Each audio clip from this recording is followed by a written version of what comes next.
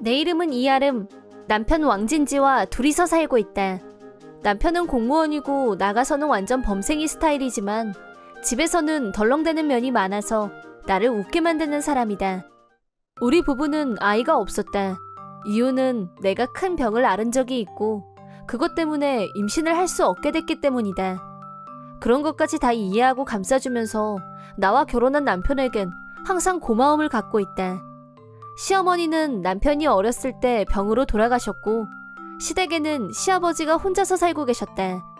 시아버지도 정말 좋은 분이셨고 나를 대할 때 늘 친딸처럼 대해주셔서 항상 감사하는 마음이다.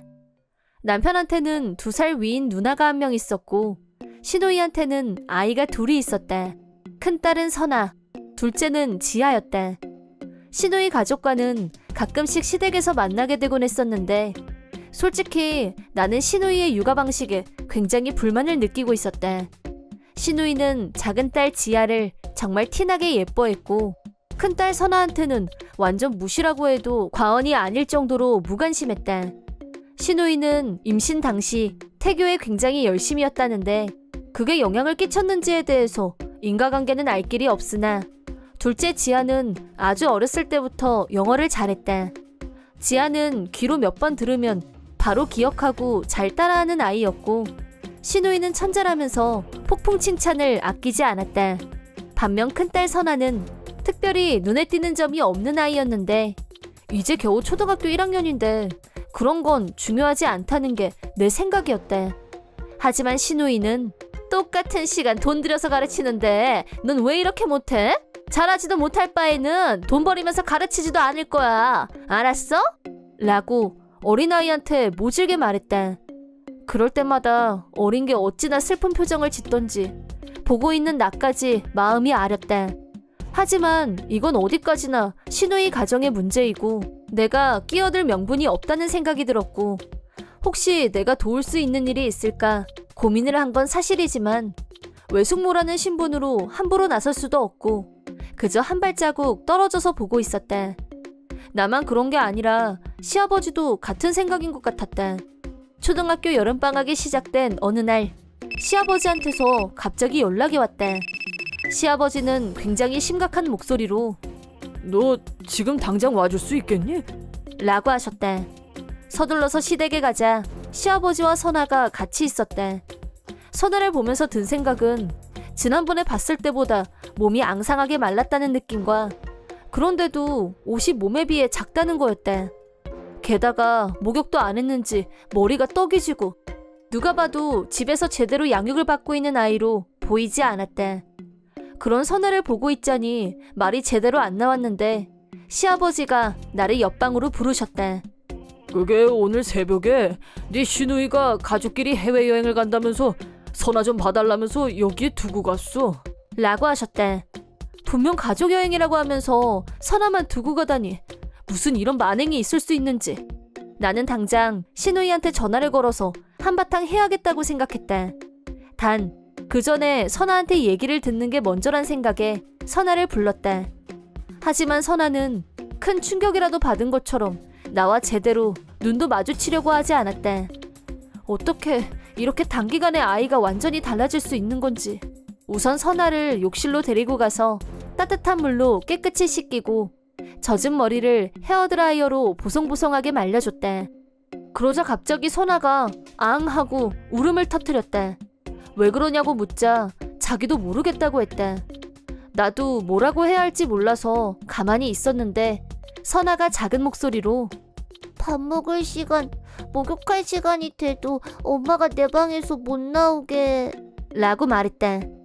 이어서 나 같은 전응아는 필요 없다고 엄마가 그랬어.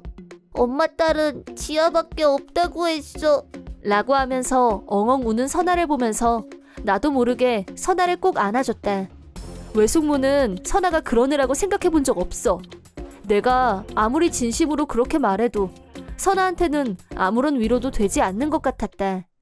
그날부터 나는 선아를 우리 집으로 데리고 오기로 했고 남편과 셋이서 같이 지내게 됐다. 제일 먼저 입고 있던 낡은 옷을 버리고 새 옷을 사러 같이 외출을 했고 옷가게에서 예쁜 옷으로 갈아입힌 후 카페에서 파르페를 먹었다. 집에 가는 길에 게임 센터에 들러서 크랜 게임으로 인형을 집는 데 성공하자 선아는 손뼉을 치면서 좋아했다. 선아한테 인형을 주자 내가 이거 받아도 돼? 라면서 몹시 당황하는 모습이었고 당연하지 라고 하자 선아는 눈을 반짝이면서 고맙다고 했다. 그날부터 선아는 그 인형을 잠시도 떼놓지 않았다. 신우이가 여행에서 돌아오면 여러 가지 얘기를 해야겠다고 생각을 정리하고 있었는데 선아와 같이 있으면서 내 생각에 변화가 생겼다. 우리 부부와 함께 있으면서 조금씩 밝은 웃음을 되찾는 선아를 다시 신우이한테 돌려주고 싶지 않다는 생각이 들기 시작한 것이다. 앞으로도 선아랑 쭉 같이 있고 싶어. 신우이한테 돌려준다는 건 말이 안 되는 것 같아. 그런 내 생각을 솔직하게 말하자 남편은 심각한 얼굴로 당신이 그렇게 말해주니까 너무 안심이 된다. 솔직히 누나가 선아한테 하는 건 거의 아동학대지. 우리 선아를 양자로 입양하는 문제에 대해서 진지하게 생각해보자 라고 했다. 2주 후 까맣게 태닝을 한 신우이가 지아를 데리고 우리 집에 왔다. 선아가 이 집에 있다고 해서 라고 신우이가 말하자 이어서 지아가 전웅아 언니한테는 선물 안 사왔는데? 언니는 엄마 딸 아니니까. 라면서 어린애가 깔깔거리면서 아무렇지도 않게 막말을 냈다. 신우이와 지아의 목소리가 들리자 선아는 큰 소리로 엉엉 울었고 나 집에 가기 싫어. 여기 있을래. 외숙모가 선아 엄마 하면 안 돼? 라면서 나한테 안겨서 떨어지려고 하지 않았다. 그 모습을 본 신우이는 어머 그럼 너무 좋지. 그런데 애 상태가 어떻든 내가 배 아파서 낳은 아이인데 공짜로는 못 주지 라고 뻔뻔한 태도를 보였다. 너무 열이 받아서 당신처럼 쓰레기 같은 인간은 내 평생 처음이에요. 돈 달라는 말 같은데 알았으니까 선아는 여기 두고 당장 나가요 라고 퍼부어주고 쫓아냈다. 저녁 때 남편이 돌아온 후 낮에 신우이가 했던 말을 그대로 전해주자 남편이 선아한테 선아야, 그 집에는 이제 안 가도 되니까 걱정하지 마. 선아는 이제 삼촌하고 외숙모 딸이니까 라면서 다정하게 머리를 쓰다듬어 줬다. 그날부터 선아는 나와 남편을 엄마 아빠라고 불렀다. 다음 주말 남편이 신우이를 시댁으로 불러서 합의금을 주고 손절한 후 선아를 양자로 입양하는 수속을 마쳤다. 현금 1,000만 원이 든 봉투를 받아든 신우이는 신이 나서 자기 집으로 돌아갔다고 한다. 그 자리에 같이 있었던 시아버지도 격노하면서 신우이와 절연했고 우리 모두는 다시는 신우이와 보지 않겠다고 다짐했다. 그런데 그 후 아주 의외의 장소에서 신우이와 재회하게 됐는데 13년 후 성인이 된 선아는 음대에 다니면서 프로 피아니스트를 꿈꾸고 있었다. 이미 해외 연주회에도 초대받을 정도로 실력을 인정받고 있었는데 장차 기대되는 젊은 피아니스트 중 한 명으로 손꼽히며 음악계에서 주목을 받고 있었다. 어느 날 시내 한 홀에서 선아의 피아노 리사이틀이 열리게 됐고 나와 남편은 딸아이가 무대 위에서 연주하는 멋진 모습을 보기 위해 공연장으로 향했다. 양자로 입양했지만 선아를 사랑으로 키웠고 선아가 훌륭하게 성장한 모습을 보게 돼서 한없이 가슴이 벅찼다. 대기실에 꽃다발을 들고 들어가자 멋진 드레스 차림의 선아가 활짝 웃으면서 반겼다. 딸아이는 국내를 거점으로 두고 있긴 하지만 유학이며 해외 연주로 바쁘다 보니 집에 있는 날이 별로 없었고 오랜만에 그것도 밖에서 만나게 된 것이다. 꽃다발을 받은 딸아이는 너무 좋아하면서 나와 남편한테 꼭 안겼다. 그때 청소부 아줌마가 죄송합니다. 지나가겠습니다. 라고 하면서 우리 옆을 지나가려고 했고 나는 길을 비켜주면서 죄송합니다 라고 했는데 어쩐지 낯익은 얼굴 같아서 그 아줌마를 계속 쳐다봤다. 그러자 딸아이가 고모다 라고 외쳤다. 웬 고모? 라고 의아하게 생각한 나는 다시 청소부 아줌마를 쳐다봤고 그제야 신우이란 걸 알았다. 신우이는 볼품없게 말라있었고 자기 나이보다 훨씬 나이 들어 보였다. 신우이는 불편한 목소리로 역시 너 맞았구나. 포스터 보고 알았어. 라고 퉁명스럽게 말했다. 그러자 신우이에게 남편이 우리 딸한테서 떨어지시죠. 우린 아직 아무도 당신을 용서하지 않았으니까 라면서 노려봤다. 그러자 신우이는 도망치듯이 달아났다. 그 후 남편 쪽 친척한테 들은 말로는 신우이는 선아래 양자로 보내고 나서 지아를 전보다 훨씬 더 응석바지로 키웠는데 지아는 점점 더 버릇없고 참을성 없는 아이로 자랐고 신우이가 시키는 대로만 하면서 살이 계속 쪘다는데 워낙 성격이 안 좋다 보니 친구도 하나 없고 결국 은둔형 외톨이가 된 지아는 중학교를 졸업한 후 고등학교에도 가지 않고 본격적으로 은둔형 외톨이로 정착했다고 한다. 그러자 신우이 남편이 네가 애를 잘못 키워서 이렇게 된 거잖아. 라고 신우이한테 모든 잘못을 전가했고 최근에 이혼을 했다고 한다. 이혼 무렵 신우이 부부의 경제력은 자제력을 상실한 지아의 식비며 잡비로 거의 바닥을 찍고 있었고 신우이는 돈 한 푼 없이 지아를 데리고 나왔다고 한다. 현재 신우이는 청소일을 하면서 지아를 혼자서 키우고 있다고 한다. 그 얘기를 들은 남편은 결국 그렇게 됐구만. 라고 하면서 기막혀 했다. 앞으로 신우이와 다시 만날 일은 없을 거라고 생각하지만 그동안에 지은 죄를 생각해서 지아와 둘이서 고생 제대로 하면서 벌 받으면서 살았으면 좋겠다고 생각했다. 나한테는 사귄 지 1년 된 여친이 있는데 여친에게 서프라이즈 프로포즈를 계획했고 한 온천 여관을 예약했다. 그 온천 여관은 최근 인테리어를 새로 단장해서 깨끗하고 보기에도 멋졌고 여친이 틀림없이 좋아할 거라고 생각했다.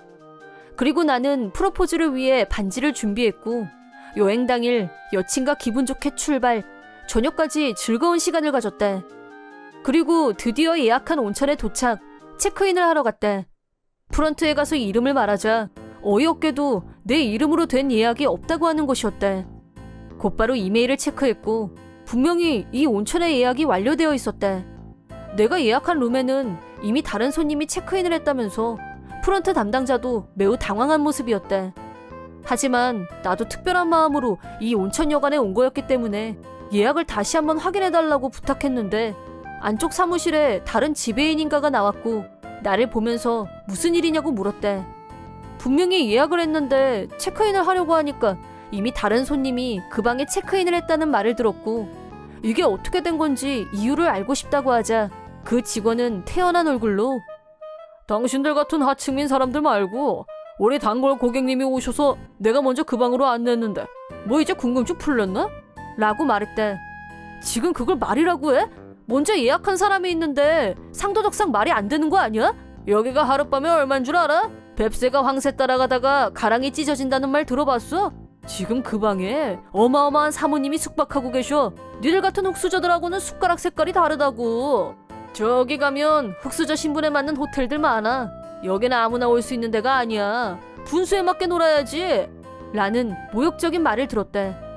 지배인의 막장 태도에 열이 받은 나는 한바탕 할기세였는데 옆에 있던 여친이 됐으니까 그냥 나가자며 내 팔을 잡아 끌었대.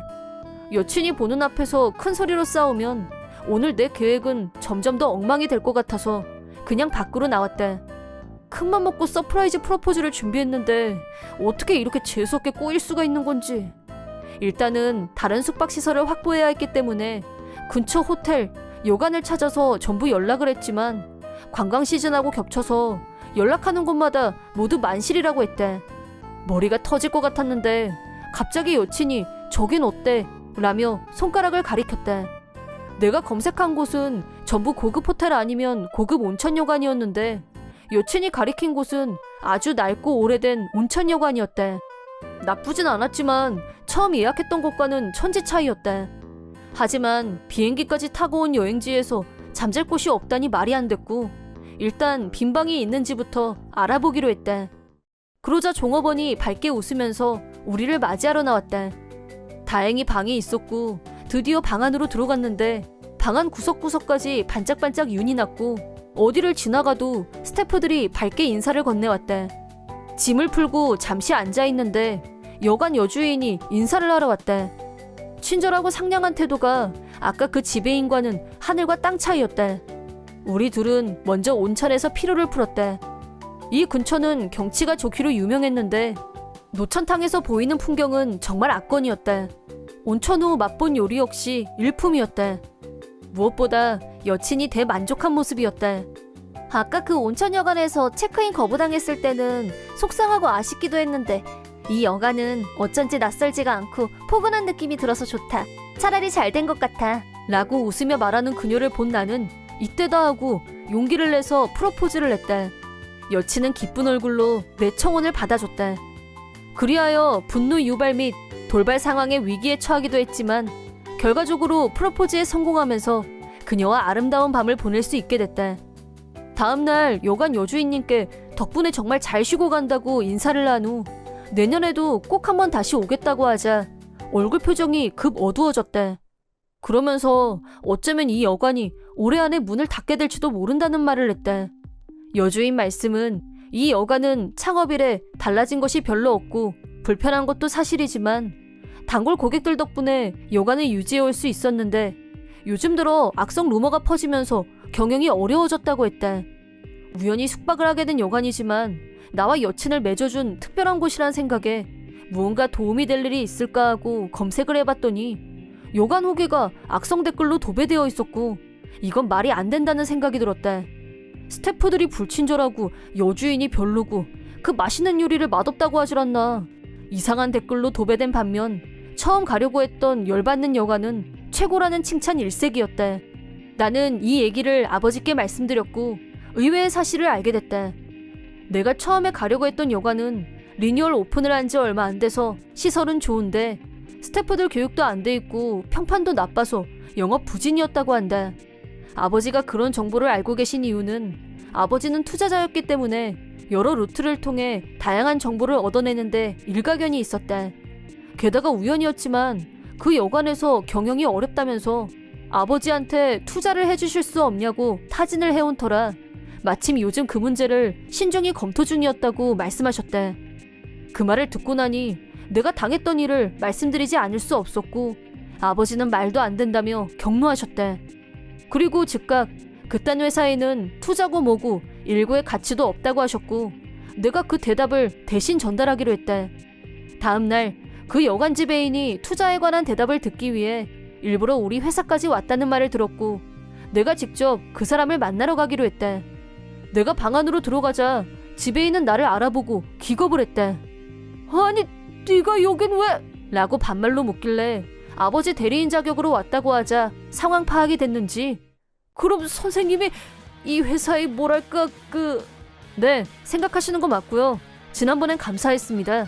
그럼 투자 문제에 대해서 단순 명료하게 거절합니다. 이유는 스스로 더 잘할 거라 믿습니다.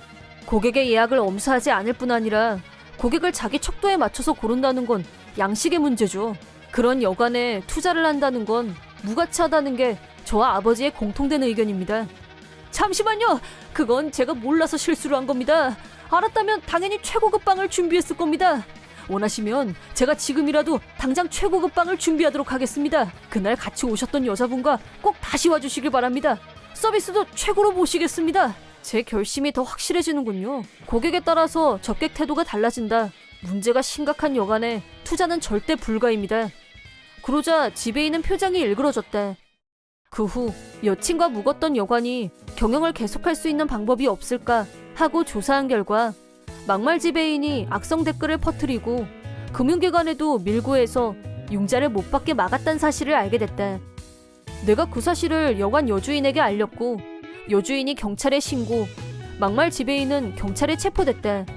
그리고 마지막으로 아버지께 내가 묵었던 여관이 얼마나 좋은지 친절함과 요리까지 모든 걸 갖췄다고 어필하면서 외관을 조금 손보면 아마도 고객도 늘어나고 경영 회복은 문제없을 거라고 설득하자 아버지도 흔쾌히 투자를 결정하셨다.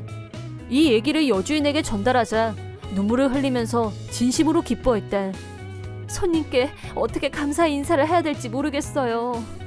감사 인사를 해야 될 사람은 저예요. 그때 사실 저 앞 고급 여관에서 숙박 거부당하고 나서 완전히 절망 상태였어요.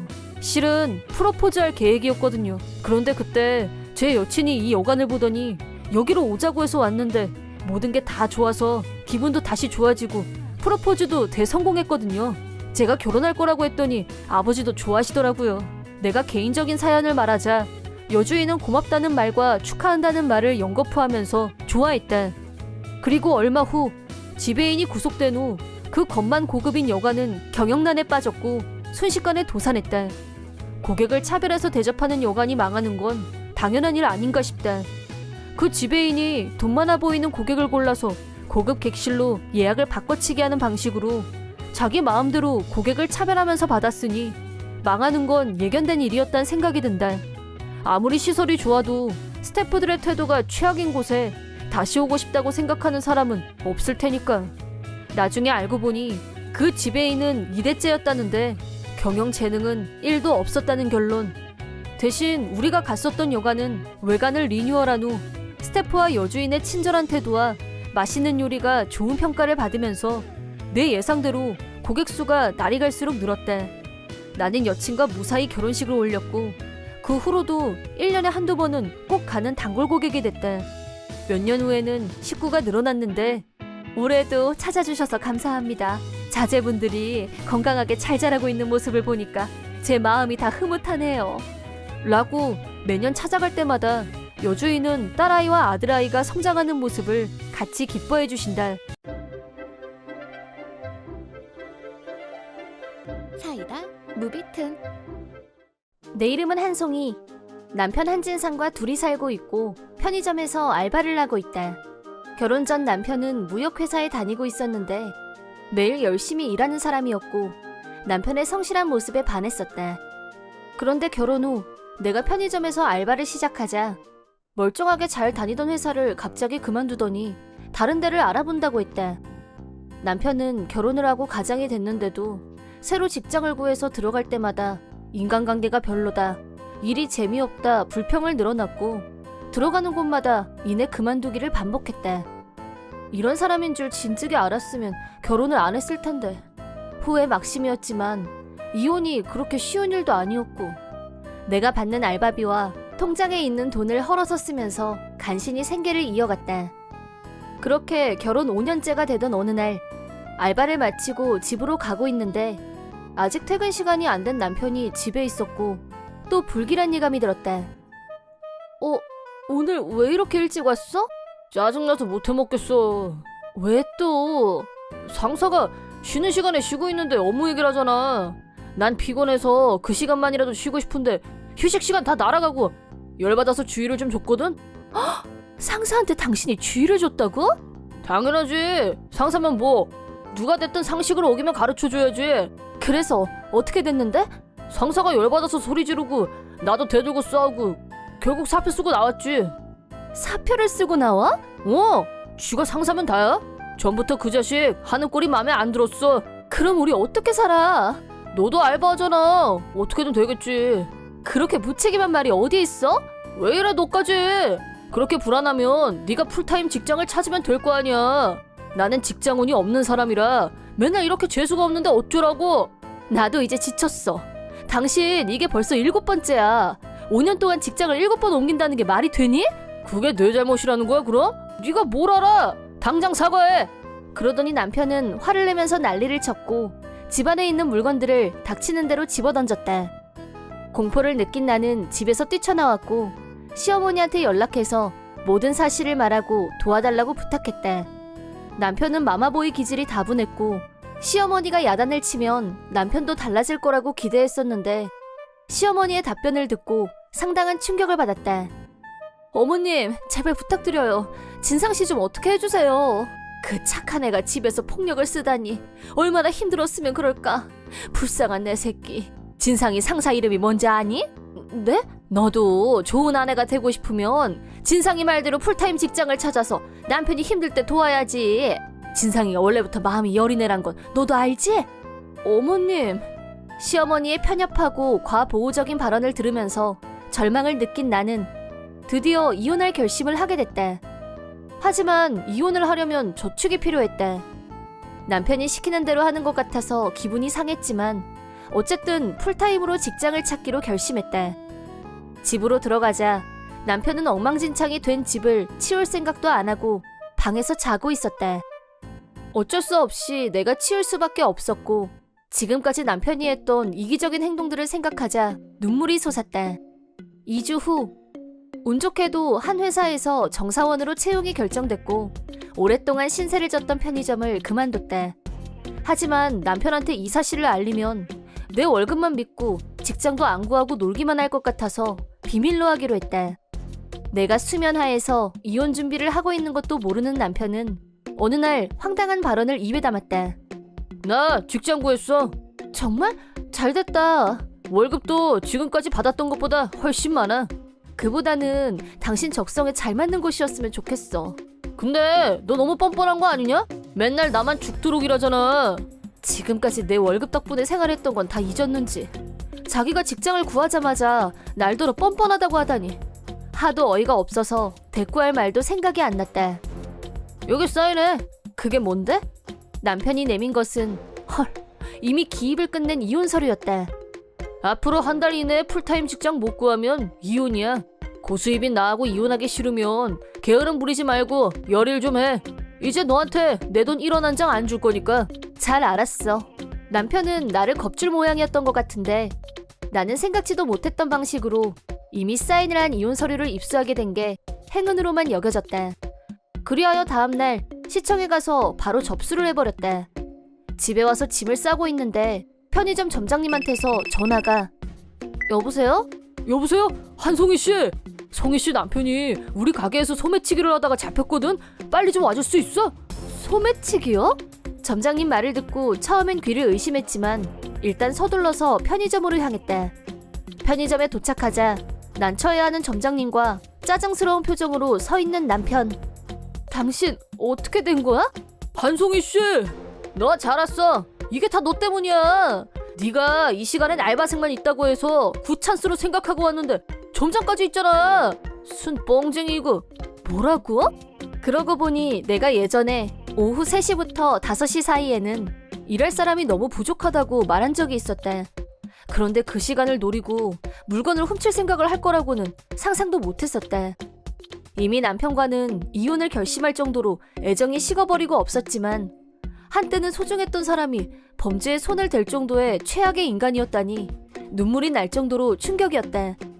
한송이 씨, 아직 경찰엔 연락 안 했으니까 너무 그렇게 걱정 안 해도 돼.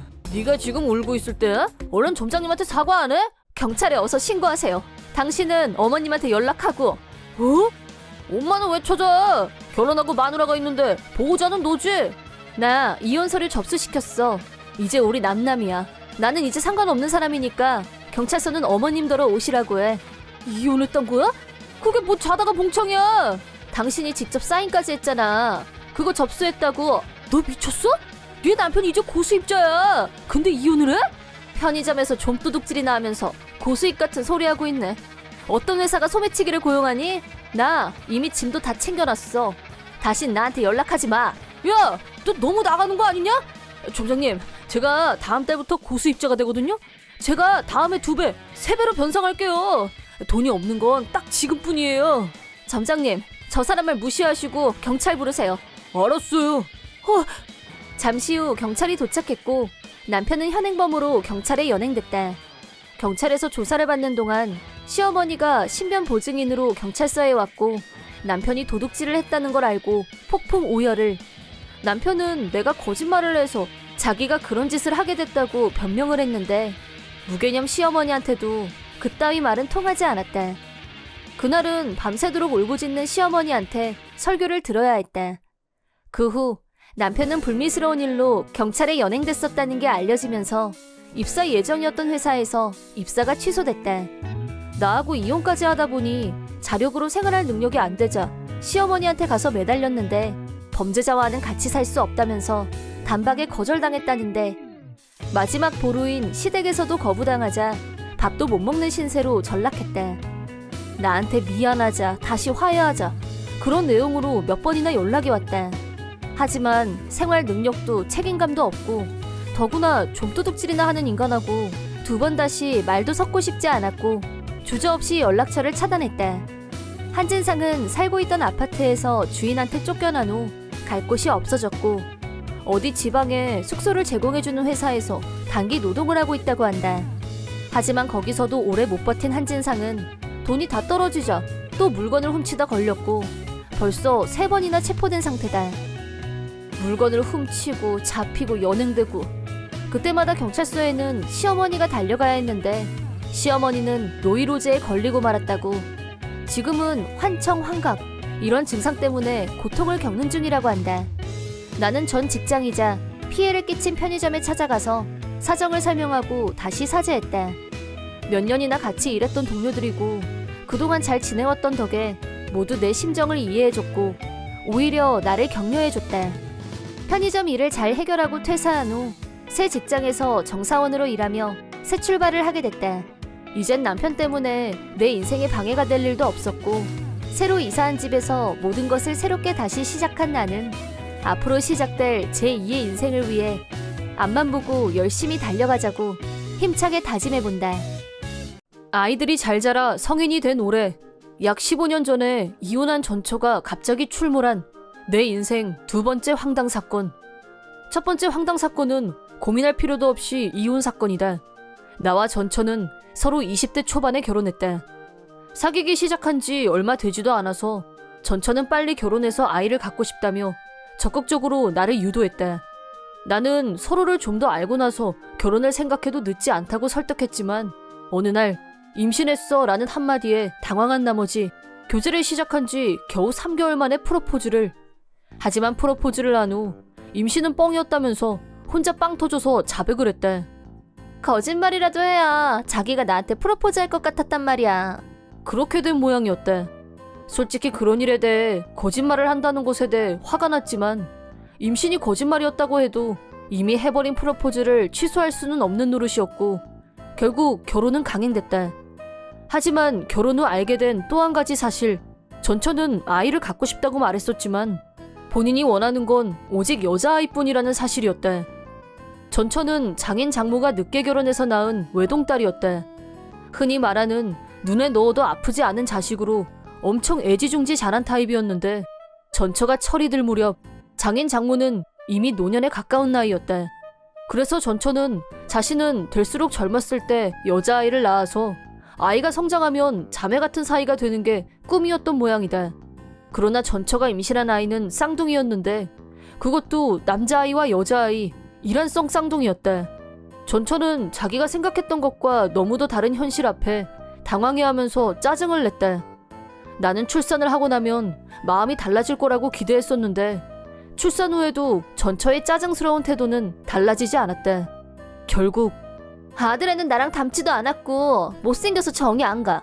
딸아이도 남자애랑 같이 태어났다는 게 징그럽고 싫어. 라는 말을 한 건 아이들이 초등학교에 올라가기 얼마 전의 일이다. 결국엔 당신 때문에 내가 쌍둥이를 낳은 거야. 당신 유전자가 이상해서 그런 거라고.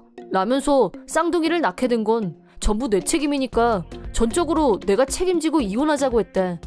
그 후 양쪽 부모님을 모시고 진지하게 대화를 갖기로 했는데 지금까지 상식 있는 분들이라고 믿었던 장인 장모님도 흥분하면서 무개념의 극치를 보였다. 나는 처음부터 20살 간 넘은 외동딸을 시집 보내고 싶지 않았어. 젊은 혈기에 결혼을 했으니 힘이 넘쳐서 쌍둥이를 만드는 참사가 일어난 거다 이 말이야. 자네가 내 딸을 좀 더 배려했어야지. 라고 했다. 상처난데 소금 뿌린다더니 날 두고 하는 말 같았다. 서로 합의점도 못 찾았고 결과적으로는 변호사를 선임해서 별로 되지도 않는 재산을 나누고 얼마 되지 않는 위자료를 전처한테서 받는 걸로 마무리 짓고 이혼이 성립됐다. 친권은 당연히 내가 갖기로 했다. 전처는 아이들은 필요 없다고 했으니까. 설령 친권을 가져가겠다고 했어도 절대 안 넘겨줬을 거다. 하지만 이혼하고 얼마 안 돼서 전처와 장인 장모는 나한테 이미 위자료도 줬고 내가 수입도 더 많으니까 양육비는 절대로 주지 않겠다고 주장했다. 쌍둥이가 태어난 책임도 나한테 있다면서 말이다. 그러더니 말도 없이 이사를 가버렸고 종적은 오리무중이었다. 자기 아이들에 대해 양육비를 지불하지 않는 행태에는 화가 났지만 그 돈이 없어도 생활에 불편함은 없었고 굳이 찾아내려고 내 돈을 거기다 쓰는 것도 귀찮고 해서 그냥 내버려두기로 했다. 혹여 찾아냈다가 전처 마음이 바뀌어서 아이들을 데려가겠다고 하면 큰 문제였기 때문에 없는 셈 치기로 했다. 그 후로 나는 쌍둥이를 키우는 싱글파더로 분투해야 했지만 그래도 나이가 초등학교에 갈 정도가 돼서 비교적 수월해졌다. 초등학교에 들어간 후 딸아이는 어머니와 같이 요리를 만들었고 휴일이 되면 아들아이를 데리고 아버지와 삼부자가 낚시를 가기도 했다. 아이들은 어렸을 때부터 엄마한테 사랑을 받은 기억이 없어서 그런지 엄마를 찾지도 않고 외로워하지도 않았다. 어떤 면에서 다행이라면 다행이었다. 쌍둥이들은 둘 다 잘 자라줬다. 딸아이는 요리를 잘하고 명랑한 성격의 가정적인 아이로 자랐고, 고등학생이 되면서 아들아이는 제법 잘생긴 외모가 눈에 띄었다. 두 아이들과 셋이서 나란히 걸어가면 지나가는 사람들이 쌍둥이들 얼굴을 다들 한 번씩 돌아보곤 해서 기분이 좋았다. 부모님과 주변 분들의 도움으로 아이들은 문제없이 성장했고, 어느덧 딸아이는 전문대에 입학을, 아들아이도 직업 양성학교에 입학해서 사회에 나갈 준비를 시작했을 무렵 성인식이 다가왔다. 딸아이는 아름다운 전통 의상을, 아들아이는 세련된 정장 차림을. 내 자식들이지만 환하고 예쁘게 잘생긴 두 아이들을 보고 있자니 흐뭇하고 가슴이 벅찼다. 너희들 오늘 보니까 이제 정말 어른 같다. 다 아빠랑 할머니, 할아버지가 잘 키워준 덕분이지. 앞으론 우리들 세 분한테 열심히 효도할게요. 아빠 기대하세요. 즐겁게 대화를 나누고 있을 때 맞은편에서 어떤 중년 여자가 우리 쪽으로 걸어오는 게 보였고, 그 여자의 얼굴을 본 순간 깜짝 놀라고 말았다. 그 여자는 전처였다. 오래간만이다. 전처는 살이 엄청 쪄서 예전 모습은 찾아보기 힘들었고 처음엔 누군지 몰라볼 뻔했었다. 그리고 아이고 바로 젖었네 라면서 전 장인 장모도 같이 나타났다. 나와 쌍둥이들은 셋이서 동시에 경악. 누가 초대를 한 것도 아니고 최근 몇 년간 아무 연락도 주고받은 적이 없는데 이게 무슨 일인지. 하지만 저 사람들은 쌍둥이를 만나려고 성인식 행사장에 미리 와서 기다리고 있었다는 걸 알았다. 전처는 우리한테 어머, 우리 아들 너무 잘생겼다. 이제 같이 걸어다니면 시선 좀 받겠네. 창피하기는커녕 어깨뽕 올라가겠어. 우리 딸도 내 예상대로 예쁘게 자랐고, 너랑 나랑 페어룩 입고 자매처럼 다니면 딱 좋겠다. 그거 내 꿈이잖아. 라면서 혼자서 일방적으로 앞서가면서 아이들 팔짱을 끼고 신이 나서 어쩔 줄 몰라 했다. 전 장인 장모도 진짜 인물이 훤하네. 요새 말로 얼짱급이네. 둘 다 길거리 캐스팅인지 뭔지 그런 거 받아도 전혀 안 놀랐겠어. 안 그래?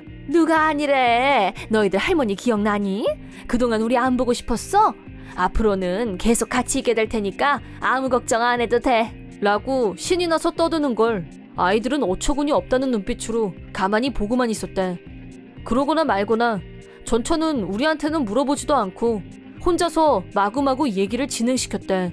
내가 지금 만나는 남자는 내가 낳은 아이들한테도 배려심이 있는 사람이고, 애들 다 커서 키우느라 손이 갈 나이도 아니고, 이제 친구는 내가 가져갈게. 당신 수고 많았어? 이제 와서 그게 무슨 소리야.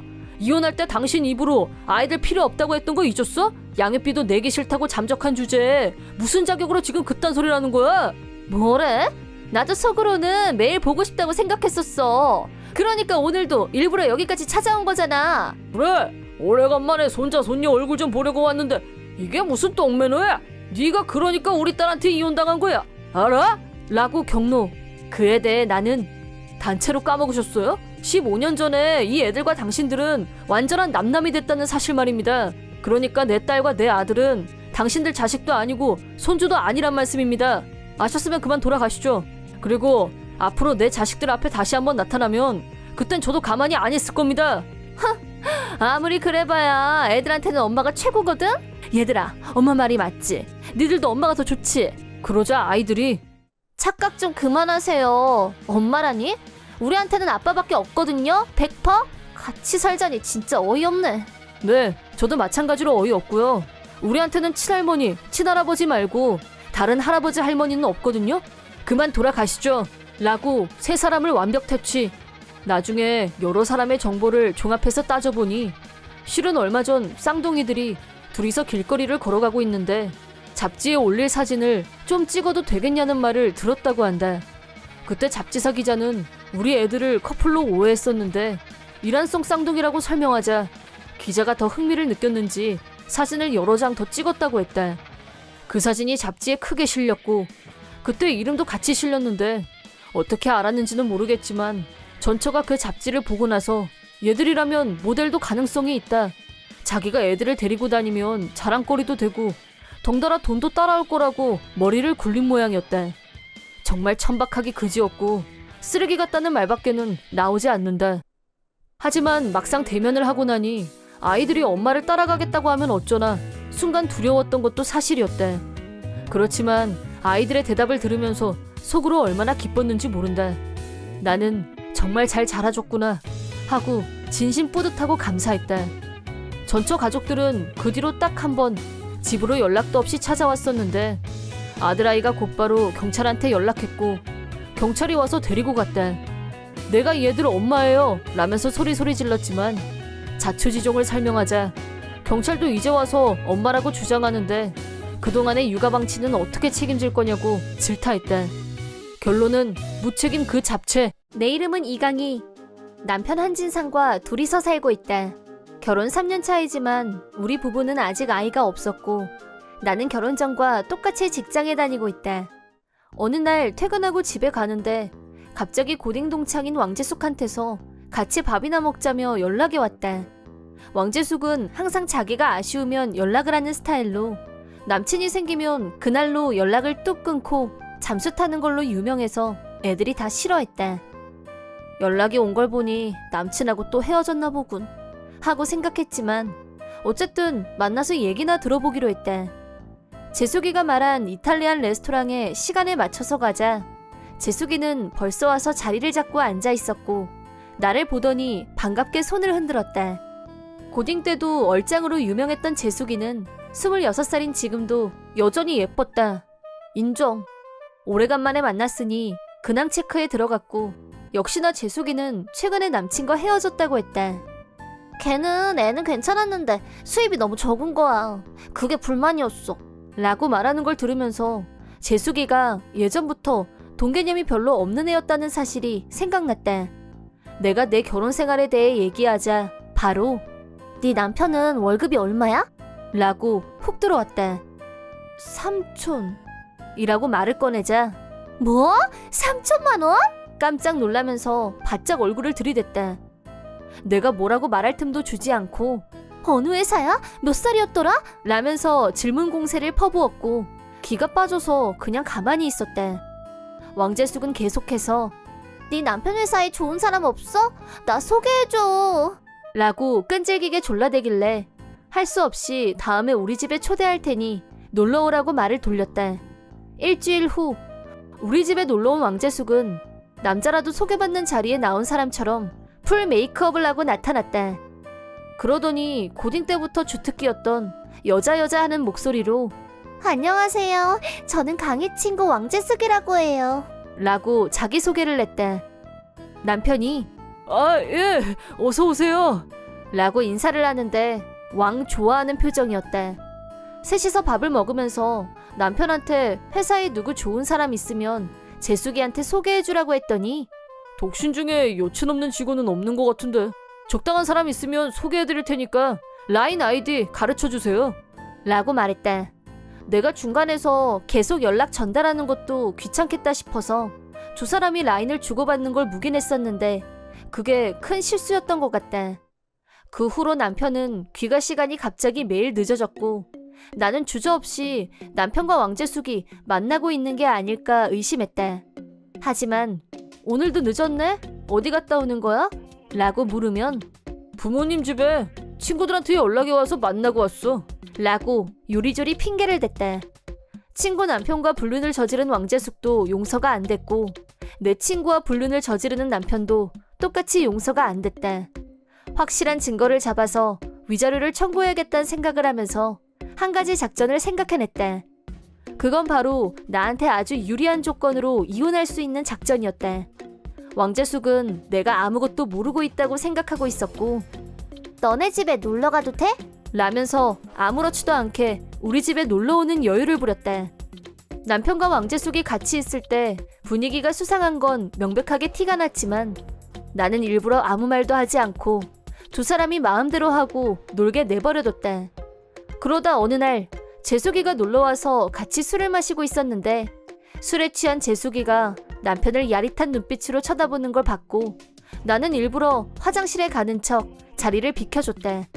그러고 나서 거실 문을 살짝 열고 둘이서 하는 짓을 지켜봤는데 역시나 두 사람은 키스를. 찬스라고 생각하고 두 사람이 눈치채지 않게 사진을 찍은 후 태연한 표정으로 거실로 돌아왔다. 그때 왕재숙의 거만하고 자신감 있는 표정이라니. 그 표정엔 나를 바보 취급하는 비웃음이 섞여 있었고 정말 혼자 보기 아까운 걸작이었다. 2개월 후 불륜관계를 이어가고 있는 두 사람을 계속 관찰하고 있던 중에 어느 날 남편과 왕재숙이 중요한 얘기가 있다면서 말을 꺼냈다. 드디어 때가 온 건가? 살짝 심장이 뛰면서 긴장감이 돌았는데 남편이 실은 재숙 씨가 내 아이를 임신했어. 나랑 이혼해줘. 라고 폭탄 선언을. 설마 임신까지는 생각하지 못하고 있었기 때문에 리얼 놀랐지만 나는 이쯤에서 작전을 개시하기로 했다. 이혼? 임신까지 했는데 할 수 없지 뭐. 그럼 재산 분여 없이 우리 저금 있지? 그거 내가 다 갖는 걸로 할게. 그렇게 말하자 남편은 동공지진이 났는데 옆에서 왕재숙이 그럼 그렇게 해. 어쨌든 미안하게 됐다. 하이스펙 남편을 내가 뺏은 게 됐잖아. 라면서 좋아 죽는 얼굴로 웃고 있었다. 동개념이 없는 왕재숙이 재산 분여 없이 어쩌고 하는 조건을 흔쾌히 받아들이는 걸 보면서 아, 남편 월급이 3천만 원이라고 아직도 믿고 있구나 하고 확신했다. 그날 이후로 나는 빠르게 움직였다. 곧바로 변호사를 찾아가서 두 사람에게 위자료를 청구할 준비를 시작했다. 동시에 이사 갈 집을 찾아서 이사 준비도 시작했다. 이사 갈 집을 찾고 난 후 기입을 끝낸 이혼 서류를 테이블에 올려놓은 뒤 집에서 나왔다. 예상대로 곧바로 남편한테서 전화가 왔다. 여보, 아무리 그래도 얼굴도 안 보고 나가는 건 좀 아니지. 나 아직 직장도 못 구했는데 나더러 어떻게 살라고 이렇게 나가버리는 건데. 라고 징징거리길래 그건 나도 모르지. 우린 이제 남남인데 자기 아이를 가진 왕재숙하고 상의해봐. 라고 차갑게 선을 그었다. 한진상 말로는 역시나 왕재숙은 남편 월급이 3천만 원이라고 착각하고 있었고 남편은 이실직고도 못하고 있다가 임신 사실을 알게 됐다나 뭐라나. 더구나 이혼 조건으로 저금을 전부 다 내가 가져갔기 때문에 도저히 생활비를 마련할 대책이 없다고 사정했다. 그렇지만 우리 통장에 있는 저금은 전부 내가 내 월급에서 조금씩 모아온 돈이었기 때문에 통장에 있는 돈을 나눌 생각은 추호도 없었다.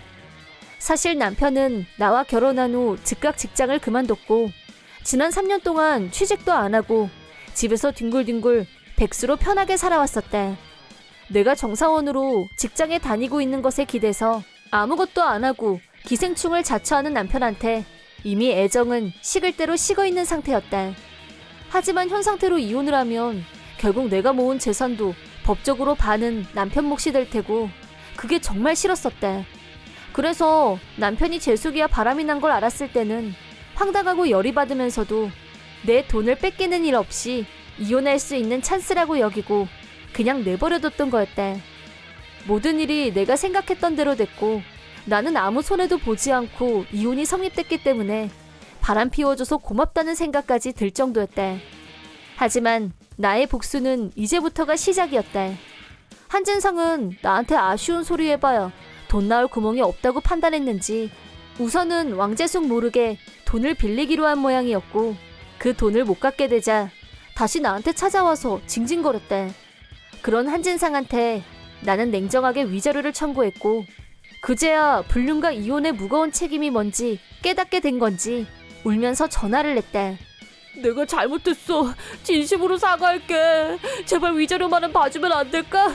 라면서 징징거리는 모습은 내가 지금까지 보아왔던 모습들 중에 가장 한심하고 모질이 같았다. 내가 그때 무슨 생각으로 이 인간하고 결혼을 했을까? 내 자신마저 한심해질 정도였다. 나는 그냥 이 인간이 싫었다. 위자료는 한진상뿐 아니라 왕재숙한테도 청구했다. 왕재숙한테 내용 증명을 보내자 득달같이 전화가 걸려왔다. 전화를 받자마자 뭐야? 웬 위자료? 그리고 진상씨가 백수라니 그게 사실이야? 너 월급 3천만 원이라더니 그거 다 개뻥이었어? 라면서 소리치고 난리. 월급은 한진상이 강원도 본가에 가서 눈 치우고 받은 3천 원이 전부야 라고 말하려고 했던 건데 네가 멋대로 부풀려서 상상한 거잖아 라고 하자 말이 쏙 들어갔다. 그러더니 나 지금 임신 중이야. 백수 아빠가 말이 되니? 다 필요 없어. 라고 하길래 지금은 빚도 있다고 알려줬다. 그러자 고래고래 소리를 지르면서 악을 쓰길래 전화를 끊어버렸다. 착신 거부 및 라인도 삭제해버렸다. 그 후 있는 거라고는 빚밖에 없는 한진상과 아이를 출산한 왕재숙은 출산 후 바로 직장에 복귀. 한진상은 여전히 일할 생각이 없었고 집에서 놀면서 왕재숙 월급으로 생활하고 있다고 한다. 그런 생활은 1년도 넘기지 못했고 두 사람은 이혼을. 싱글 마더가 된 왕재숙은 직장에 다니면서 혼자서 아이를 키우고 있다. 양육비도 못 받으면서. 왕진상은 이혼 후에도 여전히 직장도 없이 빚에 허덕이면서 한심하게 살다가 이자도 못 갚고 체납 상태가 계속되자 시댁에도 연락이 갔고 이 사실을 안 시부모님들은 절연을 선언하셨다고 한다. 점점 기댈 곳이 없어진 한진상은 은행 빚을 갚기 위해 사채에 손을 댔는데 결국 지금은 어디 외국에 끌려가서 무슨 일인지도 모른 채 힘든 육체노동을 하고 있다고 한다. 한편 나는 이혼 후 우연히 알게 된 한 남자와 연애를 시작했고 재혼도 염두에 두면서 진지하게 만남을 이어가고 있다. 다시 결혼을 하게 된다면 같은 실수를 반복하지 않기 위해서 자기 일에 얼마나 최선을 다하고 있는지 반드시 확실하게 체크하겠다고 또 다짐하고 있다. 내 이름은 정정혜. 얼마 전 고딩 동창회에서 동창생 한진상에게 결혼을 전제로 교제하고 싶다는 고백을 받았다. 서로 결혼을 생각할 충분한 나이가 된 건 사실이고 진지하게 결혼을 전제로 한 교제를 하자는 말과 동창회에 모였던 다른 친구들의 박수와 환호에 떠밀려 남친이 없던 나는 오케이 해버렸다. 그렇게 1년 정도 연애 기간을 가진 후 진상이는 정식으로 프로포즈를 했고 나도 오케이 했다. 조용하고 눈에 띄지 않은 타입이었던 나와는 달리 한진상은 고딩 때부터 활달하고 눈에 확 띄고 인기도 있는 타입이었다. 반 애들 반 이상이 연애 경험이 없는 순진한 애들이 많은 편이었는데 진상이는 여친이 수도 없이 바뀌는 애로도 유명했다. 특히 우리 학교에서 얼짱이었던 미희와 사귀었던 건 나도 그렇고 애들도 다 알고 있었다. 그래서 결혼을 전제로 나랑 사귀지 않을래? 라고 고백을 받았을 때도 정식으로 프로포즈를 받았을 때도 미희에 대해서 물어봤었다. 네 프로포즈에 대답하기 전에 한 번만 더 확인할게. 너 미희랑은 정말 정리된 거야? 네가 많이 좋아했었잖아. 한진상이 얼짱 미희에게 푹 빠져 있었던 걸 우리 학교에서 모르는 애가 있었다면 아마 간첩이었을 거다. 한진상은 슬픈 표정으로 이렇게 말했다. 미희랑은 그땐 그랬지만 이미 끝났어. 내가 괜한 말을 꺼내나 싶은 생각이 들었고 다른 얘기로 화제를 돌리려고 했는데 한진상이 변명하듯이 다시 말을 이어갔다.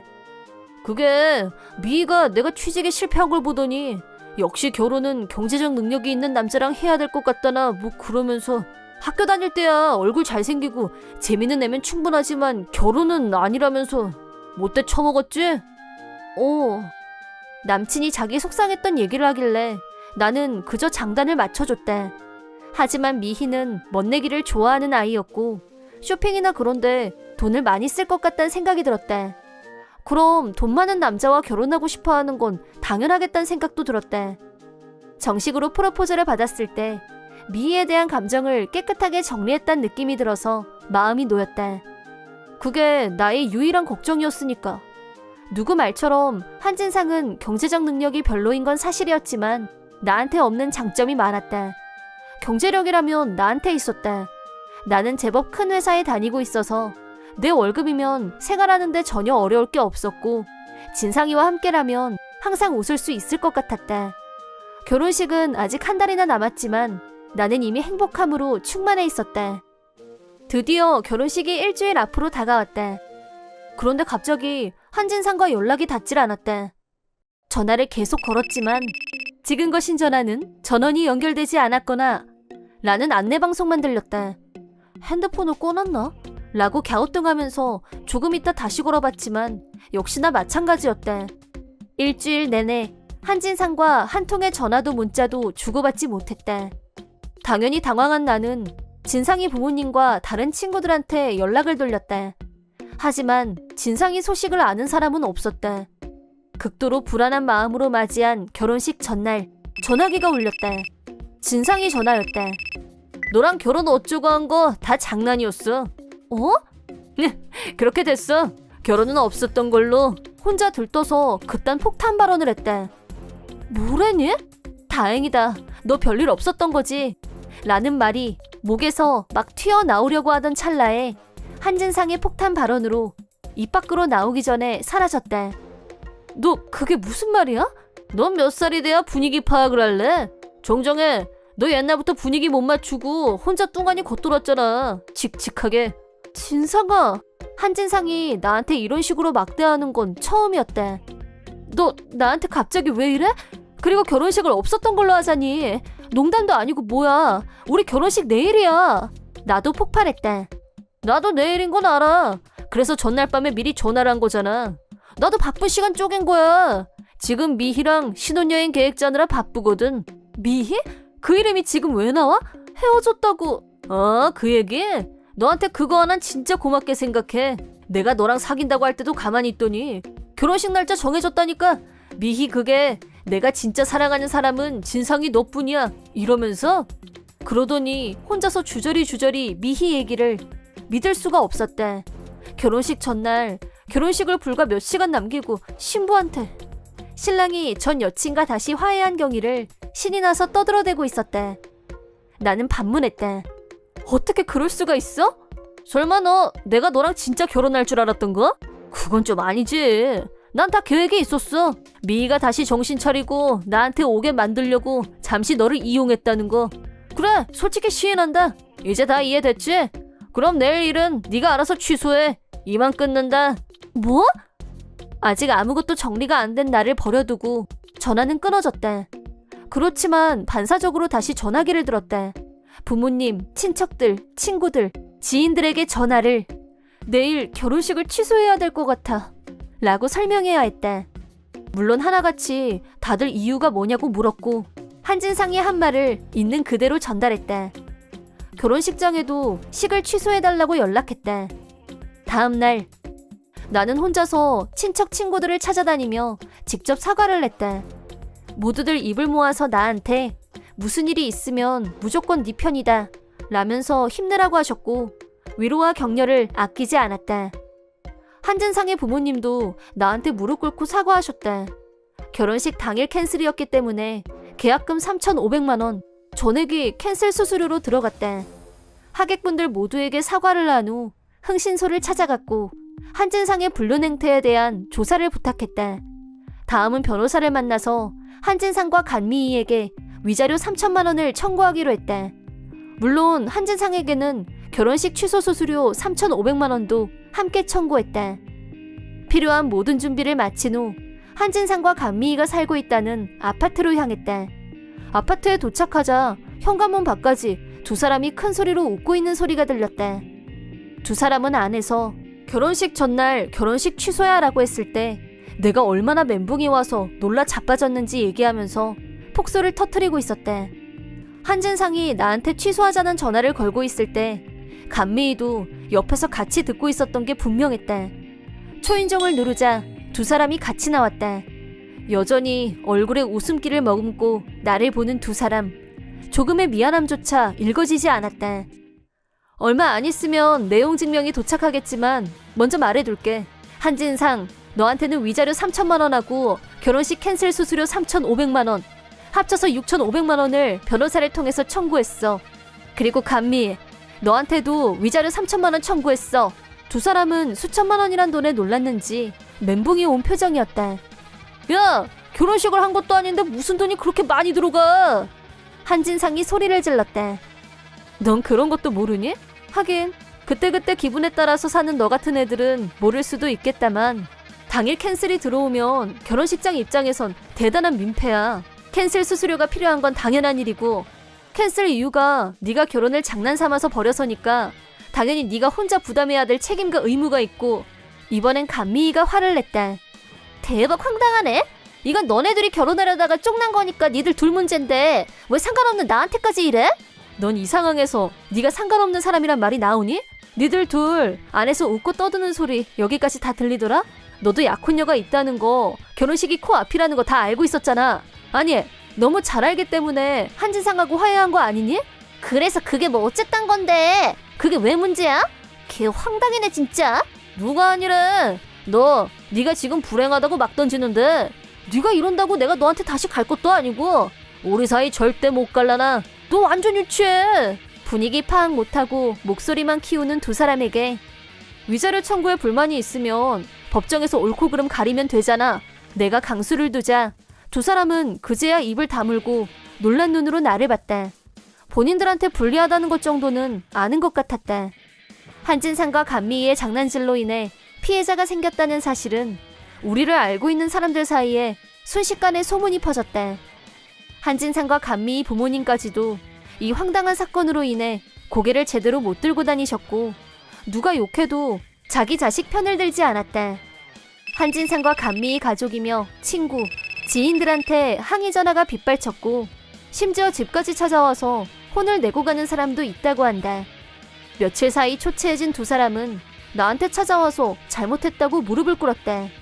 어떻게 좀 해줘. 내가 이 동네에서 살 수가 없어서 그래. 제발. 나도 진상이도 욕을 너무 많이 먹어서 밖에 나가는 것도 무섭고 지금 완전 멘붕이야. 우리 살릴 사람 너밖에 없어. 그리고 내가 6,500을 나 이런 돈 없는 거 정혜 네가 제일 잘 알잖아. 제발 한 번만 살려줘. 우리 결혼까지 생각했던 사이잖아. 그래, 보통 사이는 아니지. 그리고 다 떠나서 너랑 우리 둘 고딩 동창이잖아. 친구 좋다는 게 뭐야? 어려울 때 서로 돕는 거 아니니? 제발 한 번만 봐줘. 나는 빵 터지고 말았다.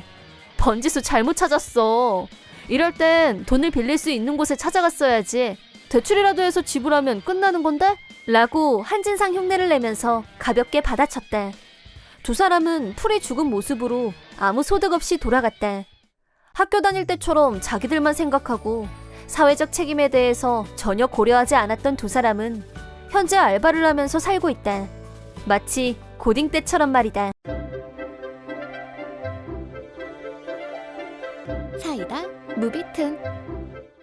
내 이름은 서혜리. 대학 진학과 함께 고향을 떠나 대도시로 왔다. 졸업 후에도 그대로 남아 한 기업에 취직했다. 입사 후 10년간 열심히 일만 했다. 신입사원 때부터 일에 올인했기 때문에 결혼에 대해 고민하기 시작한 건 32살이 되고 나서였다. 그 무렵 일 관계로 알게 된 한진상과 가까운 사이가 됐다.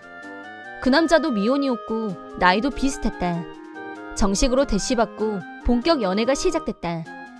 연애 기간 내내 모든 게 순조로웠고 1년 후에는 결혼 얘기가 오고 가게 됐다. 각자 부모님께 인사를 드리러 가는 단계가 돼서야 우리가 같은 지역 출신이란 걸 알게 됐다. 무려 고급 레스토랑에서 밥을 먹고 있었는데 감격한 나머지 벌떡 일어나서 소리를 지르고 말았다. 세상에, 같은 지역 정도가 아니라 한 동네 살고 있었다니 이런 우연이 있을 수 있는 거야? 같은 동네라고 해도 면적이 워낙 넓은 곳이라. 물론 한진상도 놀란 표정이었지만 나하고 비교하면 상당히 침착한 반응이었다. 그거야 그렇지만 이 큰 도시에서 우연히 알게 된 두 사람이 다른 사람은 들어도 모를 동네가 고향이라니 거의 기적에 가까운 우연 아니야? 단순히 출신지가 같다는 것 정도는 이미 알고 있었다. 하지만 이렇게까지 가까운 곳에서 나고 자랐을 줄은 몰랐다. 중학교는 어디 나왔어? 나는 있지. 내가 어느 중학교를 나왔는지 말하자 한진상도 자기 출신 학교를 알려줬다. 너무 아깝다. 바로 옆이었네? 그러게, 그래봐야 내가 한 학년 위인데 뭐.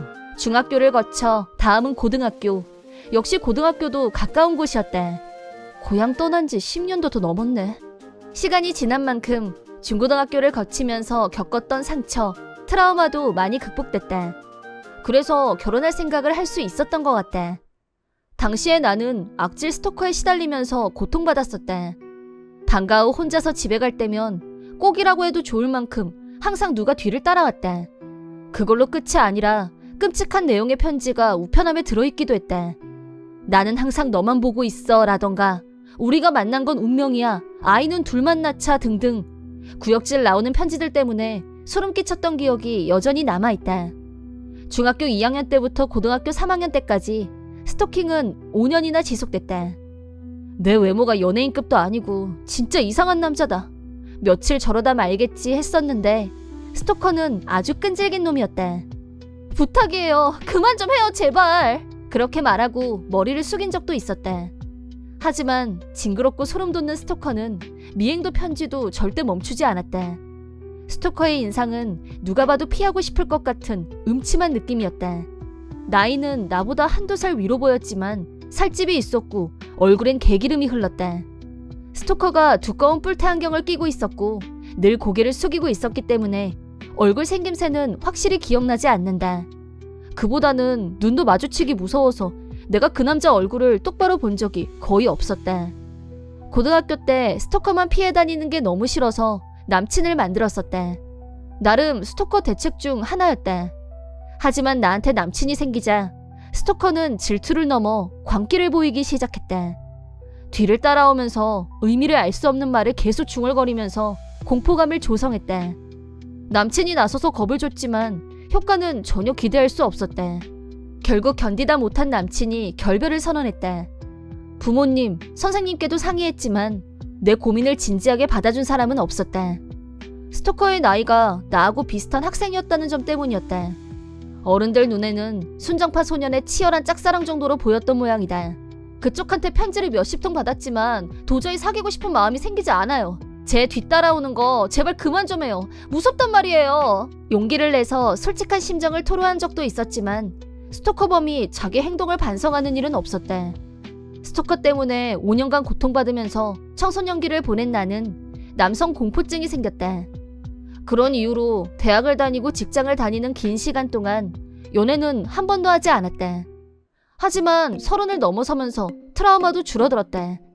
한진상을 만난 건 아마 운명인 것 같아. 우리가 같은 동네에서 살았다는 게 너무 신기해. 결혼 전에 겪는 불안한 마음을 나는 그런 식으로 달랬다. 그리고 결혼식을 올렸다. 남편은 아내를 진심으로 존중하는 타입이었다.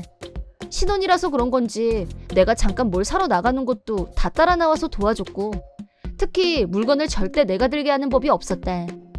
하지만 질투심이 많은 건지 내가 마트 남자 직원과 말만 주고받아도 표정이 금세 굳어지는 일이 많았다. 나는 그걸 나에 대한 사랑이 넘쳐나는 걸로 좋게 해석하고 넘어가는 편이었다. 어쩌다 시댁에 놀러 갔던 날 나는 남편한테 어렸을 때 사진을 보여달라고 했다. 전에도 보여달라고 말한 적이 있었는데 남편은 완강히 거부했다.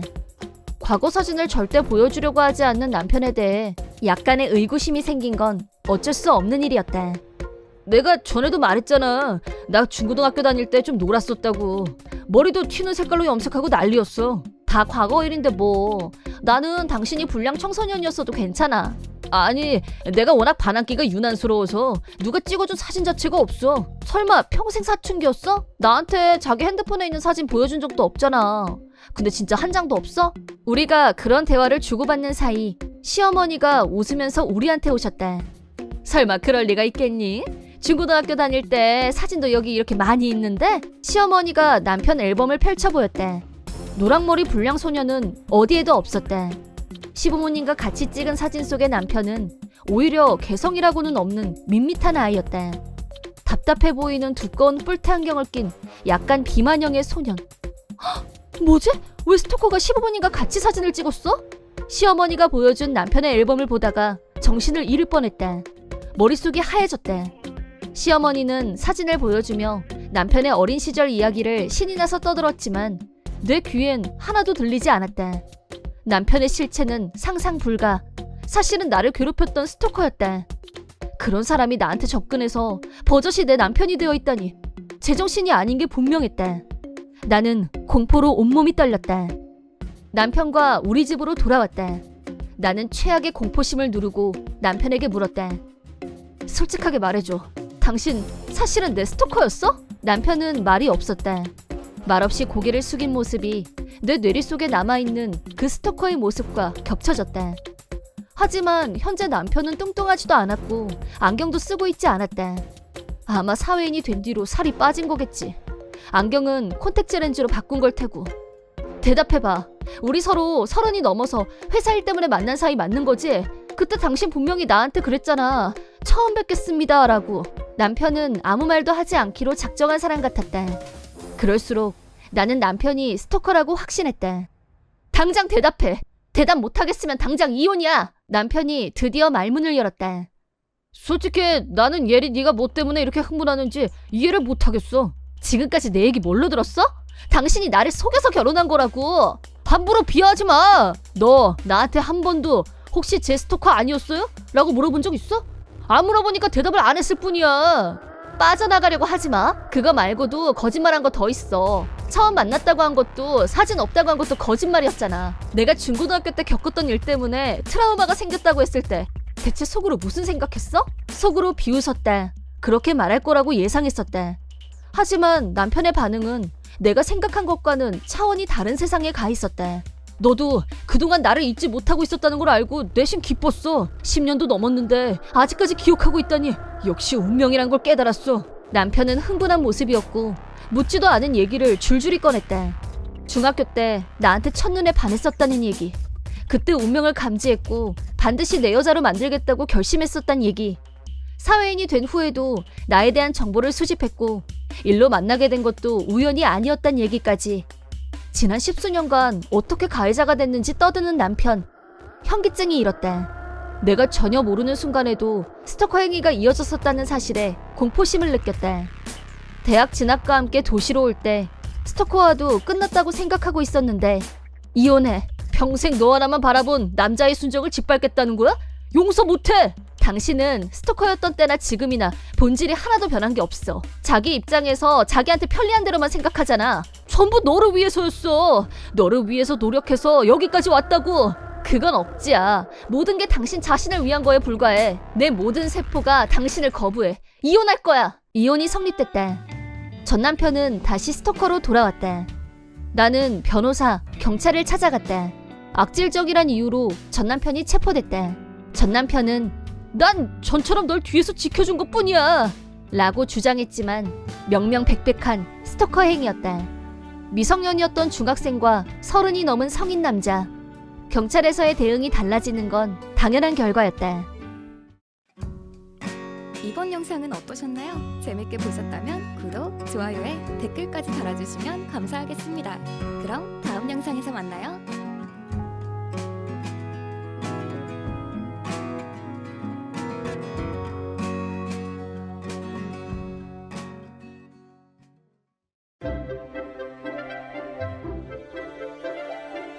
사이다 무비튼. 사회인이 된 지 7년, 집에서 독립한 후 줄곧 혼자서 살고 있다. 어느 날 부모님으로부터 집으로 오라는 연락을 받았다. 어렸을 때는 엄마 아빠와 셋이서 살았지만 내가 초등학교 때 아빠가 병으로 돌아가셨다. 그 후 엄마는 작은 회사를 경영하다 새아버지를 만나 재혼했고 동생이 태어났다. 독립하기 전까지 그렇게 넷이서 한 집에서 살았다. 집에 도착해서 거실로 들어가자 새아버지는 불쾌한 얼굴로 소파에 앉아 있었고 나한테 빨리 앉으라고 명령했다. 엄마는 새아버지 옆에 앉아 있었는데 벼랑간 새아버지가 내 뺨을 후려치더니 여태 키워줬더니 은혜도 모르고 싹수 없는 놈! 라며 욕을 했다. 지금까지 새아버지한테 맞아본 기억은 없었던 나는 솔직히 충격을 받고 한동안 아무 액션도 취하지 못했다.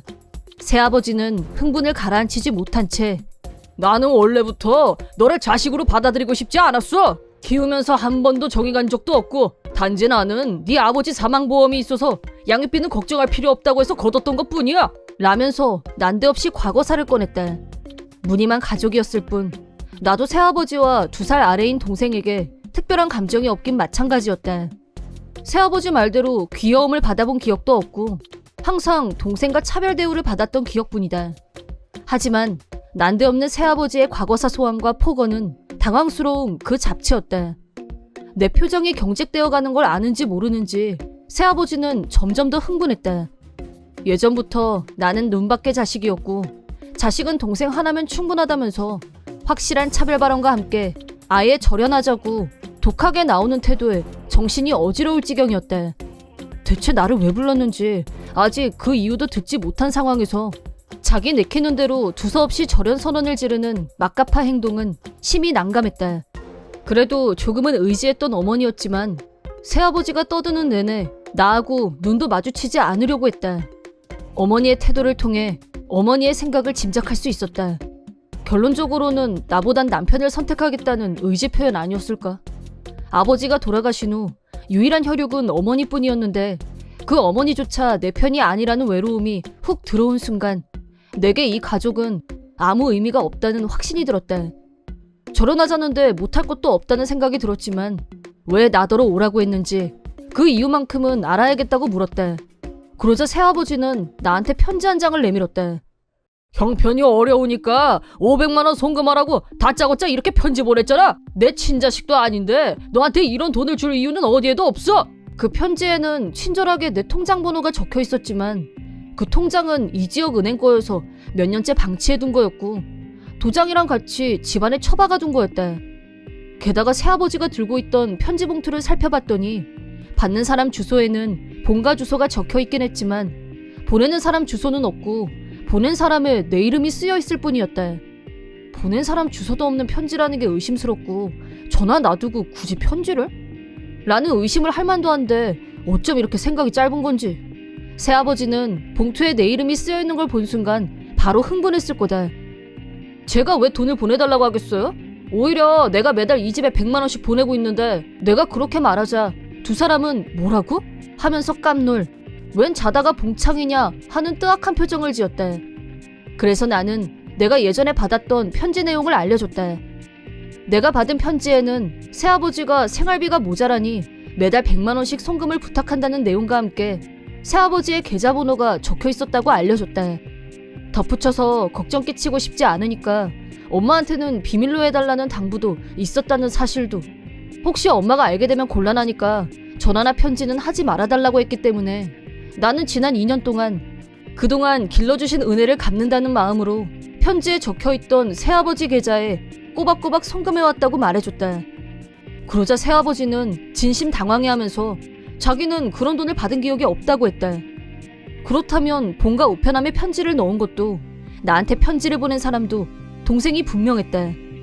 동생이라면 나한테 돈을 송금하게 만들고 새아버지가 사용하지 않는 통장으로 송금을 받는 것도 분명히 가능했을 거다. 적당히 퍼즐이 맞춰져 가고 있을 무렵 동생이 들어왔다.